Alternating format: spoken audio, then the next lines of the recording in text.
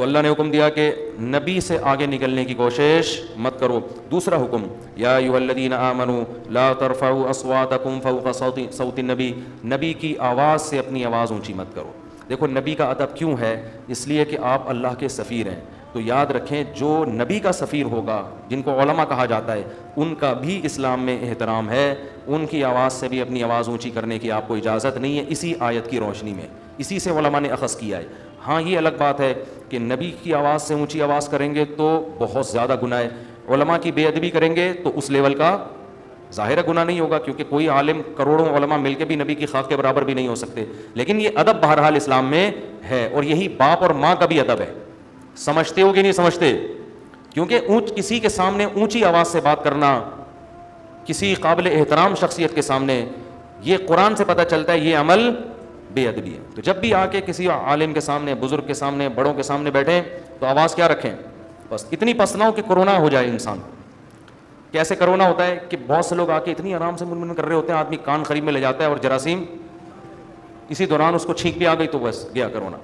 تو آج کل تو لوگ جب آتے ہیں نا, میں کہتا ہوں کیوں بھائی منا رہے ہو, تھوڑا سا تو زور سے بولو, سنائی تو دینا. پھر وہ زور سے نہیں بولتے, منہ قریب لا رہے ہوتے ہیں, اور جس اسپیڈ سے منہ لا رہے ہوتے ہیں میرا منہ اسی اسپیڈ سے پیچھے جا رہا ہوتا ہے کہ بھائی کیوں چھینک رہا ہے میرے منہ کے اندر, کیوں سانس لے رہا ہے بھائی تو. تو اتنی آواز ہونی چاہیے جو سامنے والے کو تمیز سے بات آپ کی سمجھ میں آ جائے. تیسرا حکم اللہ نے کیا دیا کہ نبی کو باہر حجرے سے مت پکارو. بعض صحابہ آتے تھے, دیہاتی صحابی ہوتے تھے, تو وہ وہیں سے یا محمد کہہ کے پکار رہے ہوتے, یعنی باہر آئیں ذرا آپ سے کام ہے. لیکن اللہ نے حکم دیا کہ اس طرح نبی کو مت پکارو جیسے اپنے دوستوں کو پکارتے ہو, بلکہ نبی سے اگر تمہیں کام ہے تو باہر بیٹھ جاؤ, صبر کرو, جب نبی نکلیں گے تو جو بات آپ نے پوچھنی ہے ان سے پوچھ لیں. ایک اور حکم دیا, ان جاءکم فاسق بنبأ فتبینوا, جب بھی کوئی فاسق خبر لے کر آئے تو تحقیق کر لیا کرو, اس خبر کی بیس پہ فوراً فیصلے نہ کیا کرو. یہاں فاسق سے مراد اصطلاحی فاسق نہیں ہے, یہ بھی اصطلاحی فاسق ہوتا ہے کبیرہ گناہ میں مبتلا ہے, اور ایک فاسق ہوا ہے کہ جس نے خبر سنی اور فوراً آپ تک پہنچا دی بغیر تحقیق کے. تو قرآن اس موقع پر یہاں اس کو فاسق کہہ رہا ہے کیونکہ اس معاملے میں اس نے شرعی حدود سے تجاوز کیا. اس کا مطلب یہ نہیں کہ وہ حقیقت میں کیا ہے, برا ہے. یہ قرآن کی جو اصطلاحات سے واقف ہو یہ سمجھتے ہیں. میں اس لیے ڈیٹیل بیان کر رہا ہوں کہ بعض لوگوں نے اس آیت کی بیس پر ان صحابی کو فاسق کہہ دیا جو خبر لے کر آئے تھے.